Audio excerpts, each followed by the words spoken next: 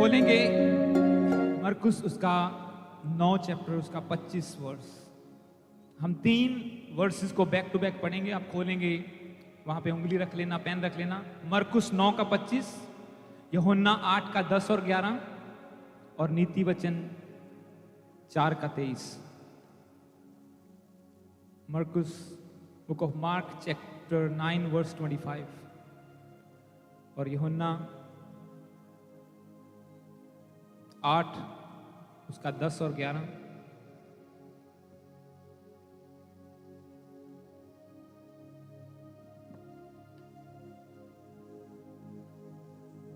Mark 9 उसका 25, John 8 उसका 10 और 11, मरकुस 9 का 25, यूहन्ना 8 का 10 और 11 और नीति वचन प्रोवर्ब्स कहावतां पंजाबी दे विच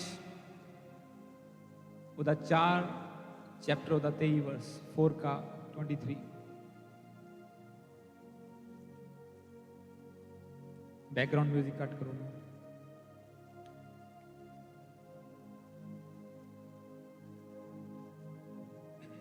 मैं फिर से बोल दूंगा ताकि आप खोल लें। मरकुस मार्क उसका 9 का 25, यूहन्ना 8 चैप्टर उसका 10 और 11 वर्स और प्रोवर्ब्स नीति वचन उसका 4 चैप्टर उसका 23 वर्स। तीनों को मैं एक ही बार में हम लगातार पढ़ेंगे इसको। तो पहले पढ़ूंगा मैं मरकुस 9 का 25।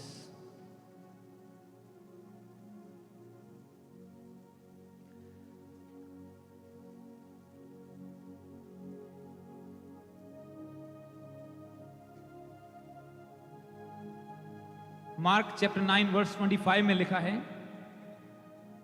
जब यीशु ने देखा कि लोग दौड़कर भीड़ लगा रहे हैं तो उसने अशुद्ध आत्मा को यह कहकर डांटा, हे गूंगी और बहरी आत्मा, मैं तुझे आज्ञा देता हूं उसमें से निकल जा और उसमें फिर कभी प्रवेश ना करना। इंग्लिश में लिखा, he rebuked the unclean spirit, saying to it, you mute and deaf spirit, I command you, come out of him and never enter him again। और इसके आगे मैं पढ़ूंगा यूहन्ना 8 उसका 10 और 11। 8 की 10 में लिखा है, यीशु ने सीधे होकर उससे कहा, हे नारी, वे कहां गए? क्या किसी ने तुझ पर दंड की आज्ञा ना दी? उसने कहा, हे प्रभु, किसी ने नहीं। यीशु ने कहा, मैं भी तुझ पर दंड की आज्ञा नहीं देता, जा और फिर पाप ना करना। इंग्लिश में लिखा 11 में, she said, no one Lord, and Jesus said, neither do I condemn you, go and from now on sin no more। फिर से पाप ना करना। ये स्टोरी को आप जानते हैं, एक औरत जो पकड़ी गई थी। अब मैं पढ़ूंगा 4 की 23 को। प्रोवर्ब्स 4 कहावतां नीति वचन 4 उसका 23। इसमें लिखा, सबसे अधिक अपने मन की रक्षा कर, क्योंकि जीवन का मूल सूत्र यही है। इंग्लिश में लिखा, guard your heart with all vigilance, for from it flows the springs of the life. अपने मन की सबसे अधिक रक्षा कर, क्योंकि जीने का मूल सूत्र यही है। हालेलुया। तो आइए हम इसकी रेवलेशन में जाएंगे। जो वचन मैंने आपके लिए 3 पढ़े हैं आज। पहला वचन ये कहता है कि यीशु मसीह ने दुष्ट आत्मा को बोला कि इसमें से निकल जा और फिर कभी इसमें प्रवेश ना करना। और दूसरे इवेंट में, दूसरी जगह पर एक औरत जो व्यभिचार में पकड़ी गई थी, जो अडल्ट्री में पकड़ी गई थी, उसे जब लोगों ने पकड़ा और बोला कि इसे पत्थर मारने चाहिए, ये हमारा लॉ है, हमारी व्यवस्था है, हमारा धर्म ये सिखाता है, अगर एक औरत अडल्ट्री में पकड़ी जाए उसे पत्थर मार मार के जान से मार दो। तो यीशु मसीह ने कहा, ठीक है, तुम मार सकते हो, पर पहला पत्थर वो मारेगा जिसने खुद कभी पाप ना किया। और वो धीरे धीरे सब खिसक गए। और यीशु मसीह ने औरत से कहा, किसी ने तुझे नहीं मारा? वो कहती, नहीं प्रभु, किसी ने नहीं मारा। उसने कहा, मैं भी तेरे ऊपर दोष नहीं लगाता, जा, चली जा और फिर से पाप ना करना। अब इन दोनों जगहों पर आप अलग अलग चीज को देखते हैं। पहले में क्या था, एक बंदा जो बीमार था, जिसे मिर्गी का दौरा पड़ता था, एक बच्चा, उसे जब यीशु मसीह के पास लाया गया तो यीशु मसीह ने कहा अनक्लीन है, गंदी आत्मा, इसमें से निकल जाओ और फिर कभी प्रवेश ना करना। उसमें शैतानी आत्मा थी, उसमें दुष्ट आत्मा थी, इविल स्पिरिट थी। यीशु मसीह ने कमांड किया और वो निकली और वो बंदा सही हो गया। और यीशु मसीह ने दुष्ट आत्मा को आज्ञा दी कि तू इसमें दोबारा एंटर ना करना, क्योंकि मैं इसे ब्लेस कर चुका हूं, अब ये मेरी प्रोटेक्शन में है। पर दूसरे सीन में आप क्या देखते हैं कि यीशु मसीह औरत को आज्ञा देता है। उसने कहा किसी ने तुझे नहीं मारा, मैं भी तुझे नहीं मारूंगा, मैं भी तुझे दंड नहीं दूंगा, पर अब तू दोबारा पाप ना करना। अब यहां पे परमेश्वर ने शैतान को नहीं डांटा, उसने इंसान को, उस औरत को कहा कि तू दोबारा पाप ना करना, क्योंकि ये तेरी गलती थी। अब तीसरे वचन में हमने पढ़ा, सबसे अधिक अपने मन की रक्षा कर, guard your heart with all vigilance, क्योंकि यही तेरे जीवन का मूल सूत्र है। तू अपने मन की रक्षा करेगा, तू अच्छा जीवन व्यतीत करने पाएगा। असल में यही चीज परमेश्वर उस औरत को बता रहे थे। अगर एक इंसान के अंदर दुष्ट आत्मा है, इविल अटैक है, चर्च में प्रार्थना होगी, कोई भी प्रार्थना करेगा, कोई पास्टर करेगा या कोई विश्वासी भी करेगा, क्योंकि बाइबल कहती है जो परमेश्वर के साथ सच्चे हैं उन्हें अधिकार है दुष्ट आत्माओं के ऊपर, वो निकाल सकते हैं। यीशु मसीह के नाम से दुष्ट आत्मा को कमांड करेंगे, वो निकल जाएगी। पर अब जिस बंदे में दुष्ट आत्मा है, इफेक्ट कट करो, जिस बंदे में दुष्ट आत्मा है, अब उसके ऊपर ये परमेश्वर कमांड करते हैं, दुष्ट आत्मा को कमांड करते हैं निकल जा। पर जो बंदा खुद जानबूझ के पाप में फंसा हुआ है, जिसे पता है ये पाप है, जिसे पता है ये गंदा काम है जो मैं करता हूं, ये गलत है, और फिर भी वो कर रहे हैं, अब यीशु मसीह उस पर अनुग्रह करेंगे। ठीक है, अब उस पर अनुग्रह करेंगे, उसे कहेंगे ठीक है, उसने तौबा की, पापों की माफी मांगी प्रभु के पास आके, प्रभु ने उसे डिलीवर किया, उसे कहा ठीक है तेरे पाप माफ हुए, जा फिर से पाप ना करना। मतलब अगर शैतानी केस नहीं है, अगर बंदा दुष्ट आत्मा के अटैक के अंडर नहीं है, एक होता है कि उसे शैतान तंग करता है, उसे दौरे पड़ते हैं, उसके ऊपर जादू टूना किया गया है, उसका इलाज यही है, यीशु मसीह के नाम से उसे डिलीवर किया जाए, आजाद किया जाए। जो जीवित चर्च है जहां पे पवित्र आत्मा मौजूद है, पवित्र आत्मा उसे डिलीवर करेगा, फ्री करेगा, आजाद करेगा। पर दूसरी ओर एक बंदा ऐसा है जो जानबूझ के बार बार नशा करता है, बार बार व्यभिचार करता है, बार बार गलत करता है, उसे पता है ये गलत है, अब वो डिलीवर हो चुका है, आजाद हो चुका है, कोई शैतानी अटैक नहीं है, कुछ भी नहीं है, अब ये उसका मन है। अब उसके ऊपर डिपेंड करता है कि उसने पाप करना है, अपनी लाइफ को बिगाड़ना है, या उसे सुधारना है, या सही जिंदगी जीनी है, या फिर से अपनी लाइफ को नरक बनाना है। ये कंप्लीटली उसके ऊपर है। इसीलिए प्रभु ने दूसरी औरत को यह नहीं कहा कि शैतान तुझ में कभी एंटर ना करे, उसने कहा गो एंड सिन नो मोर, जा और फिर से पाप ना करना। मतलब अब चांस थे कि वो जाती और दोबारा उसका मन करता व्यभिचार करने को, दोबारा लड़कों के साथ घूमने को, गलत काम, गलत जगहों पे जाने का दोबारा उसका मन करता। इसीलिए यीशु मसीह ने दुष्ट आत्मा को, शैतान को कमांड नहीं किया वहां पे, उसने औरत को कमांड किया कि तू दोबारा पाप ना कर। और यहां पे नीति वचन हमें यही सबको सिखाता है, सबसे अधिक अपने मन की रक्षा कर, क्योंकि this is the source of life. तेरे जीवन का मूल सूत्र यही है। तेरी जिंदगी कैसी होगी तेरे मन के कंट्रोल के ऊपर डिपेंड करता है। जितना तो अपने बॉडी को, अपने माइंड को, स्पिरिट को कंट्रोल में रखेगा, उतनी अच्छी हेल्दी लाइफ तेरी होगी। अगर सिंपल सी बात करें, अगर एक बंदे का खाने के ऊपर कंट्रोल नहीं है, उसका मन करता है हर रोज पिज्जा खाए, समोसे खाए, ये खाए, गलत सब फास्ट फूड खाए, तो एक दिन क्या होगा, जमा हो जाएगा उसके अंदर सामान, फिर हार्ट ब्लॉक हो गया जी, अच्छा फिर ऑपरेशन हुआ, अभी स्टंट पड़े हुए हैं, अभी लंगड़ा के चलते हैं। क्यों? अपनी गलती के कारण। अब शैतान ने तो अटैक नहीं किया।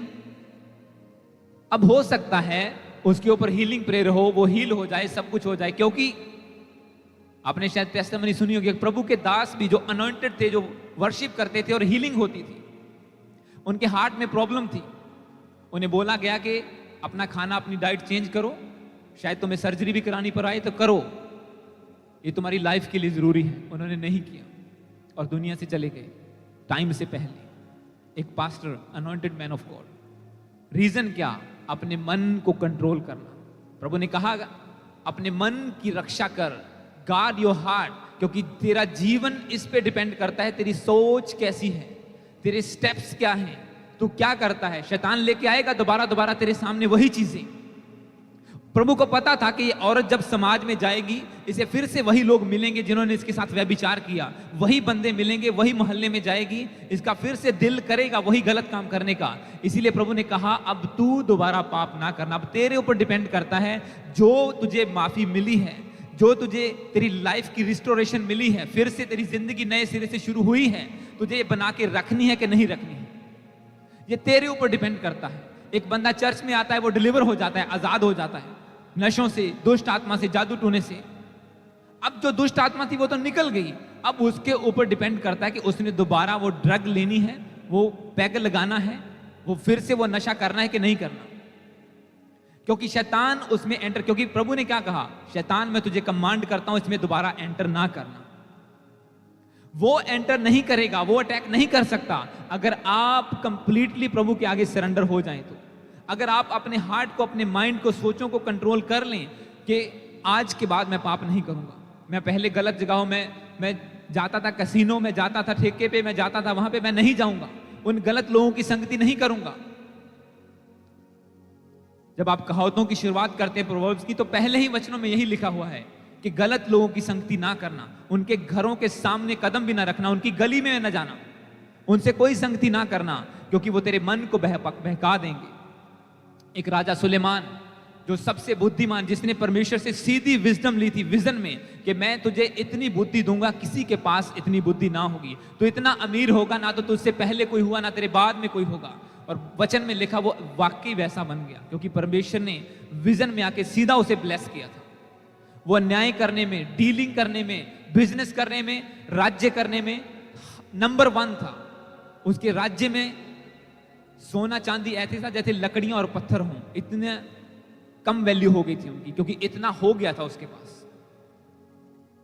पर एंड में क्या हुआ, जब बूढ़ा हो गया, वचन में लिखा उसने ऐसी औरतों से शादी कर ली, क्योंकि वो मल्टीपल वाइफ्स से रखते थे, ऐसी औरतों से शादी कर ली जो मूर्ति पूजा करती थी। और वचन में लिखा उन्होंने उसका मन अपने देवता की ओर लगा लिया, और एंड में वो उनके देवताओं को पूजने लगा और मर गया। इतना सामर्थी राजा। चाहे परमेश्वर ने आपको दर्शन दे के ब्लेस क्यों ना किया हो, अगर आप अपने मन को कंट्रोल नहीं रख सकते तो आपकी वो ब्लेसिंग जाने का चांस है। जैसे सुलेमान की गई, जैसे दाऊद की गई। परमेश्वर ने राजा बना दिया, रिलैक्स हो गया, अब क्या देखता है, एक औरत नहा रही है, उसके साथ व्यभिचार किया, गलत काम किया, और फिर से जंगल में गिर गया जाके, फिर से नंगे पांव दौड़ने लगा, फिर से लोग ताने मारने लगे। एक राजा को, जो सुप्रीम राजा था, उसे कैसे मन पे कंट्रोल नहीं रखा। गार्ड योर हार्ट, वचन कहता है अपने मन की सबसे अधिक। इस वचन को पढ़ेंगे दोबारा 4 उसकी 23 को, प्रोवर्ब्स। इसमें लिखा सबसे अधिक अपने मन की रक्षा कर, क्योंकि जीवन का मूल स्रोत यही है। तेरी लाइफ कैसी होगी तेरे मन के ऊपर डिपेंड करता है, ये हमारी रिस्पॉन्सिबिलिटी है। मैंने आपको क्या बताया, शैतान है वो चला जाएगा, प्रार्थना करो, क्योंकि वचन कहता है उसने तुम्हें शैतान की पूरी शक्ति पर अधिकार दिया है। यीशु के नाम से दुष्ट आत्माएं हमारे बस में है, वचन कहता है। आप उसे कमांड करेंगे वो भाग जाएगा, पर इसका क्या करोगे जो अंदर है। इसे तो ऑपरेशन करके नहीं निकाल सकते कि चलो दिल्ली कटवा देने, ना रहेगा बांस ना बजेगी बांसुरी, ऐसा तो नहीं हो सकता। वो तो चाहिए आपको, मन तो चाहिए, बॉडी चाहिए, उसका काम तो लेना है। अब उससे पॉजिटिव काम लेना है या नेगेटिव, ये आपके ऊपर डिपेंड करता है। वही मन है, वही बंदा है। मैं वही हूं जो पहले गलत बातें सोचता था, गलत मतलब जैसी वीडियो आ गई देख ली, जो मुंह में आया बक दिया, जो हो गया, जो जैसी लाइफ आम यंगस्टर जीते हैं मैं वैसी जीता था। पर अब वही हूं जिसके मुंह से परमेश्वर का वचन निकलता है, वही है जिसका मन प्रभु के सामने सीधा है। ये मेरा डिसीजन है, कोई मुझे रोकेगा नहीं। पवित्र आत्मा में अगर मैं चाहूं शाम को ठेके पे चला जाऊं, कोई नहीं रोकेगा। ये कंप्लीटली तुम्हारे ऊपर है, तुम कैसे गार्ड करते हो अपने हार्ट को कि नहीं मैं वचन से बाहर नहीं जाऊंगा। मन ये कहता है, वचन ये कहता है, मुझे किसको फॉलो करना है, मेरी ब्लेसिंग उस पर डिपेंड करेगी। अगली ब्लेसिंग, मेरा अगला लेवल इस बात पे डिपेंड करेगा मुझे किसको फॉलो करना है। संडे आपके ऊपर डिपेंड होता है कि आपने देर तक सोना है, छुट्टी है, या उठ के चर्च आना है।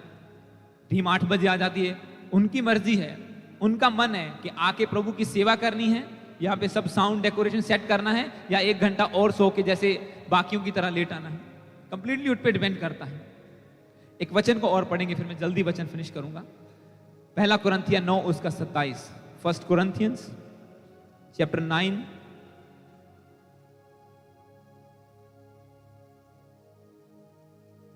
verse 27। 1 कुरिन्थियन 9 उसका 27। 1 Corinthians chapter 9 verse 27 को पढ़ेंगे।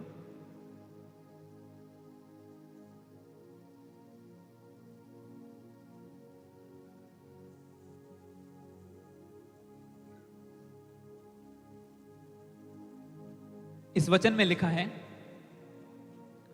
परंतु मैं अपनी देह को मारता कूटता और वश में लाता हूं, ऐसा ना हो कि औरों को प्रचार करके मैं आप ही किसी रीति से निकम्मा ठहरूं।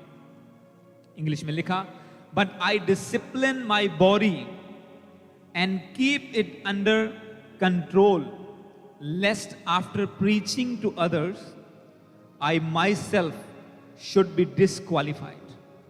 ये हम उसका वचन पढ़ रहे हैं, पौलुस जिसकी देह से रुमाल लगाते थे और बीमारों पर लगाते थे और वो हील हो जाते थे, जो दुष्ट आत्माओं को कमांड करता था और वो निकल जाती थी एक चुटकी में ऐसे, जिसने कलीसियाएं स्थापित की, जिसने चर्चों को, अलग अलग चर्चों को स्थापित किया। और यहां पे कुरिन्थिया एक जो चर्च था, एक ब्रांच थी कहते हैं, उनको वो लेटर लिख रहा है। वो कहता है कि परंतु मैं अपनी देह को मारता कूटता और वश में करता हूं, but I discipline my body and keep it under control. एक सामर्थ्य, एक अनॉइंटेड मैन ऑफ गॉड, वो ये नहीं कह रहा कि नहीं नहीं नहीं हुण नहीं शैतान मेरे नेड़े आ सकता, हुण मैं जो मर्जी करा, हुण प्रभु मेरे नाल है, मैं कुछ नहीं, मेरा कुछ नहीं हो सकता। वो कहता है कि मैं हर रोज क्रूस उठा के चलता हूं। एक और वचन में, आई डाई डेली, मैं अपने आप को मारता कूटता और वश में करता हूं। आई डिसिप्लिन माई बॉडी, मैं अपने माइंड को, अपनी बॉडी को, अपनी सोचों को कंट्रोल में रखता हूं। ऐसा ना हो कि जो बातों का मैं प्रचार करता हूं कि तुम प्रभु में ऐसे चलो, पाप ना करो, गलत ना देखो, अपना टाइड दो, ऑफरिंग दो, और मैं खुद उसमें निकम्मा ठहरूं। जैसे मैंने अभी आपको बताया कि मैं आपको तो प्रचार कर रहा हूं, पर ये मेरे ऊपर डिपेंड करता है कि मैं बाकी 6 दिन क्या करता हूं।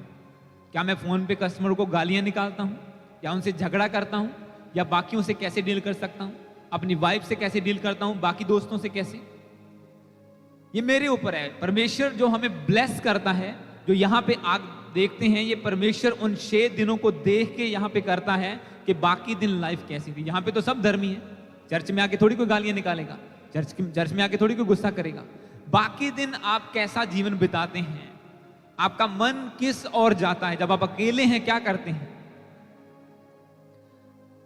जब आप दोस्तों के साथ हैं आप कैसा मजाक करते हैं, जब आप उनसे बात करते हैं आपका मन कैसा है, दिल में क्या विचार आते हैं, जब आप लड़कियों से बात करते हैं क्या उन्हें मसीह में बहन समझ के बात करते हैं या गंदी नजर से देख के बात करते हैं, मन कैसा है आपका।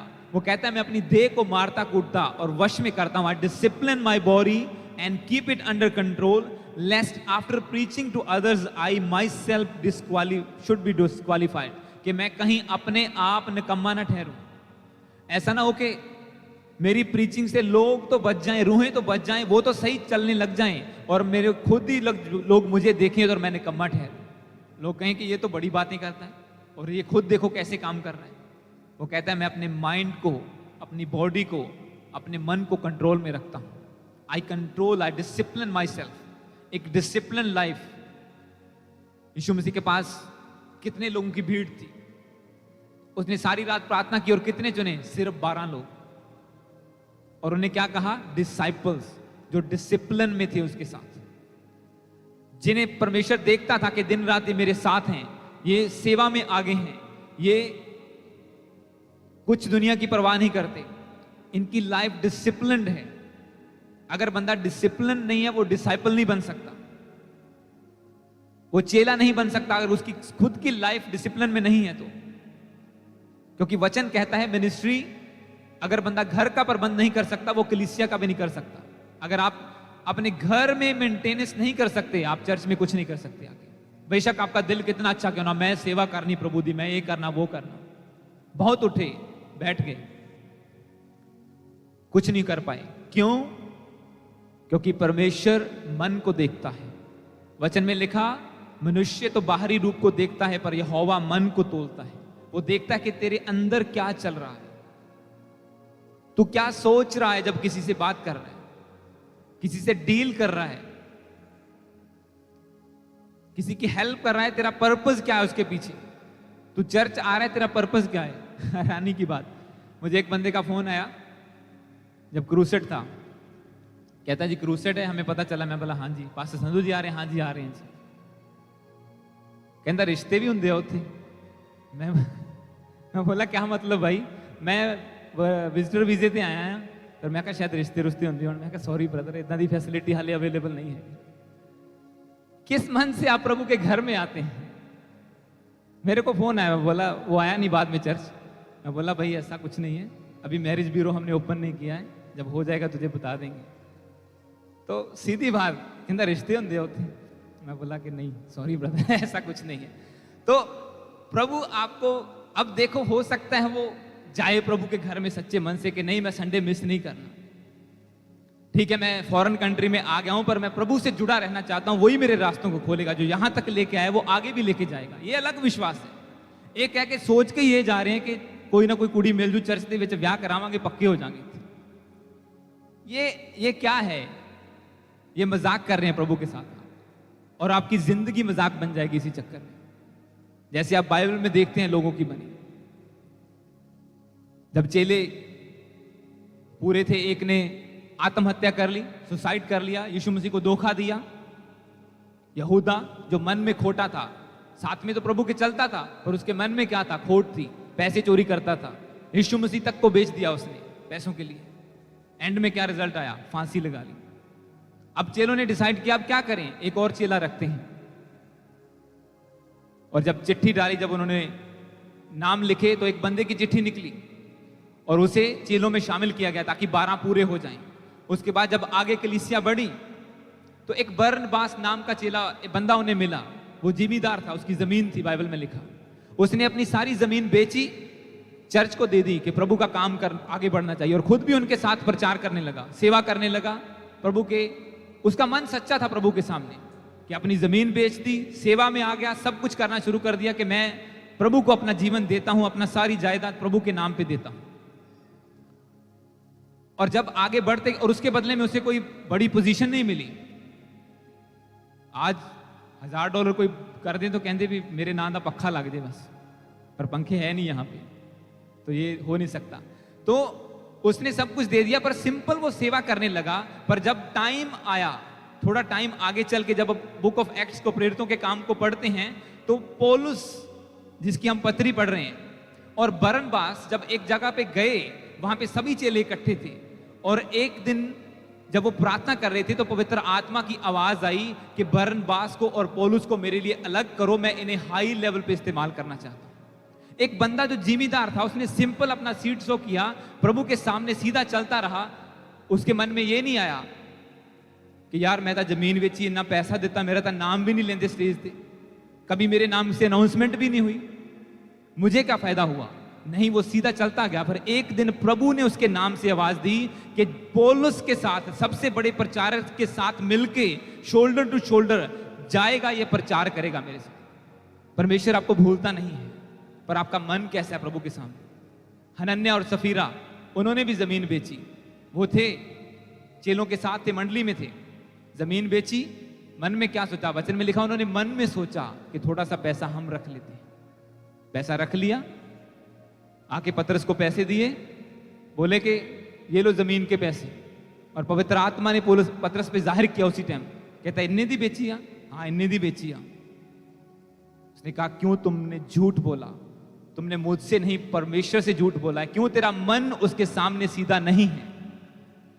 और वचन में लिखा वहीं पे उनकी डेथ हो गई। फिर उसका वाईफाई उसकी डेथ हो गई वहां पर, क्योंकि उसने भी झूठ बोला। परमेश्वर आपके मन को जानता है। देखो, उन्होंने जमीन बेची, पैसे भी दे दिए, फिर भी क्या मिला? मौत मिली। क्यों? मन में खोट थी। एक बंदा जिसका मन सीधा था, उसे परमेश्वर ने खुद आवाज देके बोला कि इसको पौलुस के साथ भेजो बड़े लेवल पे प्रचार करने के लिए। आपको वेट करनी होती है सीड सो करके, उसे उगने दो, उसे उखाड़ो मत। जब आप बीज बोते हैं, उसे हर रोज उखाड़ के नहीं देखते कि कितना उग गया, गिटक चो निकला कि नहीं निकला, ऐसा नहीं देखते। आप वेट करते हैं, मिट्टी डाल देते हैं। वेट करो। जब आप बोते हो परमेश्वर के लिए, चाहे वो फाइनेंस हो, चाहे सेवा हो, अपना शरीर हो, अपना टाइम हो, जब बो तो वेट करो। बस मन सीधा रखो कि प्रभु तो एक दिन बोलेगा मेरे लिए, और वो बोलेगा। हालेलुया। जैसे वो मेरे लिए बोला एक दिन, 1 साल, 1.5 साल, 2 साल वेट किया, सीधे मन से सेवा करते रहे कि प्रभु कोई बात नहीं, चाहे इंसान धोखा दे रहे हैं, लोग दे रहे हैं, कोई परवाह नहीं है, तेरे साथ हम सीधे मन से चलेंगे। और एक दिन फिर परमेश्वर बोला कि मैं तुझे दास के रूप में मसा करता हूं। और आज आप देख रहे हैं कि परमेश्वर कैसे काम ले रहा है। पर अगर शुरू में ही मन खोटा हो तो फिर कुछ नहीं फायदा होने वाला उसका। हालेलुया। क्योंकि बाइबल पढ़ना आपके लिए जरूरी है, इसी से आपको ज्ञान मिलता है। अब मैंने आपको ये चीजें बताई, कहां से बताई? बाइबल से बताई। तो उसे पढ़ो, उसे समझो, परमेश्वर से मन सीधा रखो। ये स्टोरियों से हमें, ये पुरानी नहीं है, ये हमारी स्टोरियां हैं, ये आपके साथ, मेरे साथ जुड़ी हुई हैं कि कैसे प्रभु के साथ जिंदगी को बिताना है। हालेलुया।